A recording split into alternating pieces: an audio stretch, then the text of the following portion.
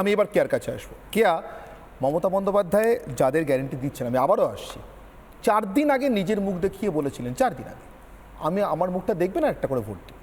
আজকে সরাসরি মনীষীদের কাছে চলে গেছে। আমার এখান থেকেই প্রশ্ন, আজকে শুভেন্দু অধিকারী বলেছেন, রিয়াক্ট করেছেন যে মানুষের মুখের কথাই প্রশান্ত কিশোর বলছেন। এটা হয়তো আপনাদের ভালো লাগছে বলে বলছেন, কিন্তু এটাও মানতে হবে যে এই প্রশান্ত কিশোরই কিন্তু আপনাদেরকে 2021-এ আপনারা 100 পেরোবেন না বলেছিলেন। আপনারা কতটা গুরুত্ব দিয়ে ভাবছেন বা দেখছেন বলুন। আমি একটু পেছন দিক থেকে শুরু করি। বলুন।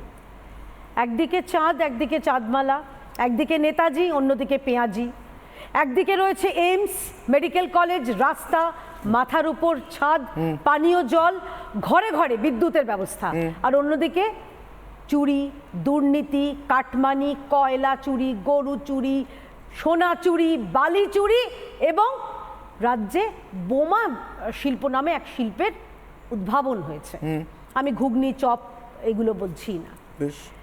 এই দুটোর মধ্যে যখন কম্পেয়ার করা যায় তখন আস্থার মুখটা হচ্ছে নরেন্দ্র মোদী। আপনি একটা অন্য দিক থেকে চিন্তা করে দেখুন তো, আপনার দরজায় ঠকঠক করছেন একদিকে শেখ শাহজাহান, অন্যদিকে ঠকঠক করছেন, আমি সুকান্ত মজুমদার, শুভেন্দু অধিকারীর কথাই বলছি না, ধরুন সজল ঘোষ। আপনি কার জন্য দরজাটা খুলবেন? শেখ শাহজাহানের জন্য দরজা খুলবেন, নাকি সজল ঘোষ একটা উদীয়মান নেতা, যুব মুখ এবং তার সহজ সরল জীবন পদ্ধতি, কার জন্য দরজা খুলবেন? এই প্রশ্নের উত্তরটাই রাজ্যের মানুষ জেনে গিয়েছেন, এবং জেনে গিয়েছেন বলেই রাজ্যের মানুষ, আপনি দেখছেন, আমি খুব রাজনৈতিক দৃষ্টিভঙ্গি থেকে বলছি না, আমার সাংবাদিক দৃষ্টিভঙ্গি থেকে আমি বলছি যে দেখুন, মমতা বন্দ্যোপাধ্যায় সবাই, সত্যি কথা, আমরা দেখেছিলাম যে স্বতঃস্ফূর্তভাবে মহিলাদের, তাদের যে আমরা দেখেছিলাম যোগদান 2009, 10, 11-তে, আর এখন আপনি দেখুন নরেন্দ্র মোদীর সভাতে স্বতঃস্ফূর্ত মহিলাদের যোগদান। আমি একটা ভিডিও দেখছিলাম, এক 80 বৃদ্ধা, তিনি বলেছেন আমি মোদীকে দেখতে এসেছি, তার 80 ওপরে বয়স তার, তিনি বলছেন আমার ভালো লাগে তার কথা শুনতে, তাকে দেখে আমি শান্তি পাই।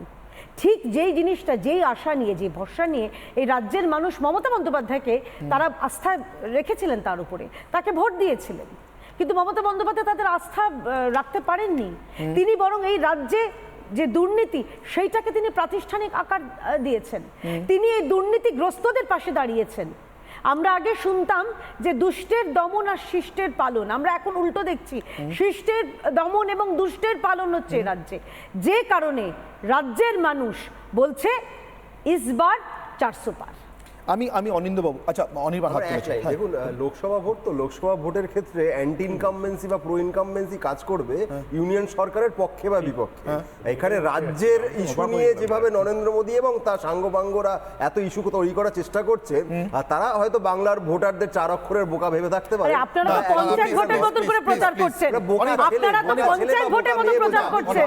আরে আপনাদের প্রচার তো পঞ্চায়েত ভোট, শাহজাহান রাজ্যের ভোটার, কোথায় দুর্বৃত্ত এইসব করে সরকার 2019-এ প্রমিস করেছিল, রেখেছে কি রাখেনি তার উপর ভোট হবে, সেটা নিয়ে লোকসভার প্রচারে নরেন্দ্র মোদী বা তার চেলারা একটা কথাও বলছেন না, এতেই তাদের দুর্বলতা স্পষ্ট। নির্বাচন কমিশন সরাসরি অধ্যাপক ঝন্টু পলাইকের কাছে আসবো, তারপর আমি দীপঙ্কর বাবু এবং অনিন্দ্যবাবুর কাছে আসবো। ঝন্টু বাবু, আপনার কাছে আমি একটা হিন্ট চাইবো। দেখুন, যদি সামারি করি, 2014-এ তৃণমূল কংগ্রেসের অভিযোগ 196, আসন 39, 2019-এ অভিযোগ 213, আসন 22, 2024 নির্বাচন প্রক্রিয়া শুরু হয়েছে, এখনো 1 মাসও হয়নি, অভিযোগ 41, বামেদের এবং কংগ্রেসের আলাদা আলাদা করে যা অভিযোগ তার থেকে বেশি, এবং মমতা বন্দ্যোপাধ্যায়ের বিরুদ্ধে যে গুরুতর অভিযোগগুলো, তার মধ্যে আমি শুধু গুরুতরগুলো বলছি, একেবারে সরাসরি প্রধানমন্ত্রী, মানে যার গ্যারেন্টিতে মন মজেছে বলে পিকে বলছেন, তার বিরুদ্ধে কুরুচিকর মন্তব্য এবং নির্বাচনী প্রতিশ্রুতি, সরাসরি নির্বাচনী কোড ভঙ্গ করা, তার বিধি ভঙ্গ করা।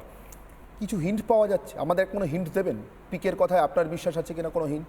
আমি প্রথমেই বলি, দেখুন, মমতা ব্যানার্জি ক্ষমতায় আসার আগের, যদি বামেদের সময় বিরোধী নেত্রী হিসাবে তার ভোটের ইয়েগুলো দেখেন, 2001 আমি সচেতনভাবে যে ভোটটা প্রথম অবজার্ভ করার সুযোগ পেয়েছিলাম, 2001 বিপুলভাবে তিনি পর্যুদস্ত হলেন।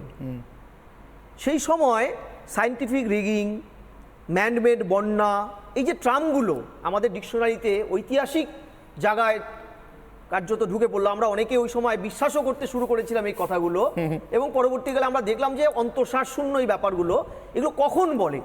যদি একটা গণিতের হিসাবে আপনি একটা অঙ্ক কষতে বসেন, আমি করছিলাম ওখানটা আলোচনায়, যে এটা কিন্তু মমতা ব্যানার্জির ভোট কমার সাথে ইনভার্সলি প্রপোর্শনাল টু দ্যাট। অর্থাৎ মমতা ব্যানার্জি যখন এই অভিযোগগুলো করছেন ইভিএম খুব বাজে, ধরে নেবেন ওনার কাছে খবর আছে ওনার জনপ্রিয়তা ভয়ানকভাবে তলানিতে ঠেকে গেছে, মানে উনি হারবেন। এই হারার ভয়টার থেকে কিন্তু এই ধরনের অভিযোগগুলো আসে।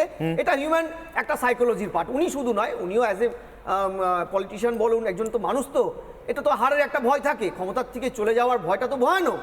দ্বিতীয়, উনি হালামলে একটা কথা প্রচ্ছন্নভাবে বাজারে চালাচ্ছেন। আমরা মোদির গ্যারান্টির নামক একটা কড়া রেসিপির কথা তো আমরা বারবার বলি, যেটা আন্তর্জাতিক স্বীকৃত এই মুহূর্তে, যেই পাকে নাকি রাষ্ট্রবাদ আছে, শক্তিশালী দেশ শাসকের একটা ইয়ে আছে, প্লাস মানে একটা রেসিপিতে তুমি তো অনেকগুলো খেয়ে তুমি বুঝবে তো কি কি দেওয়া আছে, ওটার মধ্যে কাজু কিশমিশ দেওয়া আছে, মশলা দেওয়া আছে। তো এই রেসিপিতে কিন্তু রাষ্ট্রবাদ আমরা পেয়েছি, শুধু আমার কথা নয়, আন্তর্জাতিক বিভিন্ন পত্রিকাগুলোতে কিন্তু এই মোদির গ্যারান্টির টার্মগুলোতে কিন্তু এগুলো তুলছে তারা, যে শক্তিশালী একটা দেশ নায়ক সত্যিকারে আমরা পেয়েছি, আমরা সাহিত্য পেয়েছি, উন্নয়ন পেয়েছি। আমরা এটাও দেখেছি যে 2024 লোকসভায় কিন্তু তিনি ভোটের শুধু প্রধান মুখ নয়, একটা ব্র্যান্ড ইকুইটির জায়গা নিয়েছে।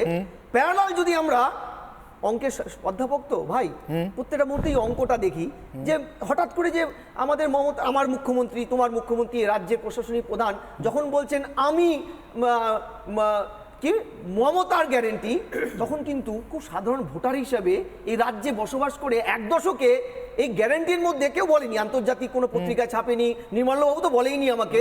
মোদির গ্যারান্টি কথাটা তো মোদি নিজে ব্যবহার না ইনিও তাই করছেন, উনি করছেন, এবং সেই গ্যারান্টিতে উনি কেউ বলেনি, আপনি তো আমাকে বলেননি যে এটার মধ্যে কিন্তু একটা জিনিস আমরা পাচ্ছি, একটা বিচ্ছিন্নতাবাদী চরিত্র, মানে এই উপাদানের এই রেসিপিটার মধ্যে পাচ্ছি ব্যর্থ স্বরাষ্ট্র মন্ত্রকের একটা মন্ত্রীর একটা পদচিহ্ন, পাচ্ছি একটা ব্যর্থ পুলিশ মন্ত্রী, পাচ্ছি দুর্নীতির একটা ভয়ানক ঘিনঘিনে মুখ। বিশ্বাস করো, এতে নব ভোটার এবং ভোটারদের নব অ্যাড্রিনালিন উত্তেজনা তৈরি হবে না।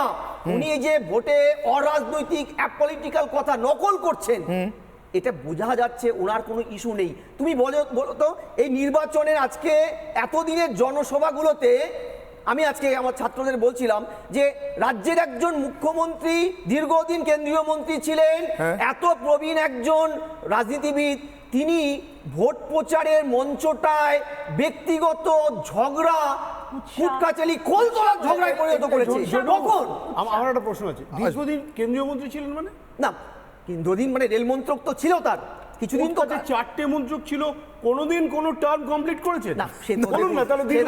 আমি বলছি যে এই আচ্ছা আপনি যা বললেন ঝন্টু বাবু, আমি তারপর আমি একটা কথায় আসি। আমি সাধারণ মানুষের জন্য প্রশ্নটা রেখেছিলাম, যেহেতু পিকে বলছেন যে বিজেপি এবার 1 নম্বর দল হবে, আমি আন্দাজ করার চেষ্টা করেছিলাম যে আসন সংখ্যার বিচারে কে কোথায় থাকতে পারে। আমি কিন্তু নির্দিষ্ট করে কোনো আসনের সংখ্যা আলাদা করে বলছি না কোন দল পিছু, আমি একটা প্রশ্ন রেখেছি, সেই প্রশ্নটার উত্তর আমি দেখাবো। আমি আপাতত শুধু প্রশ্নটা দেখাই এবং আপনাদের কাছ থেকে মত চাই, তারপর জনতার মতটা আমি দেখাবো।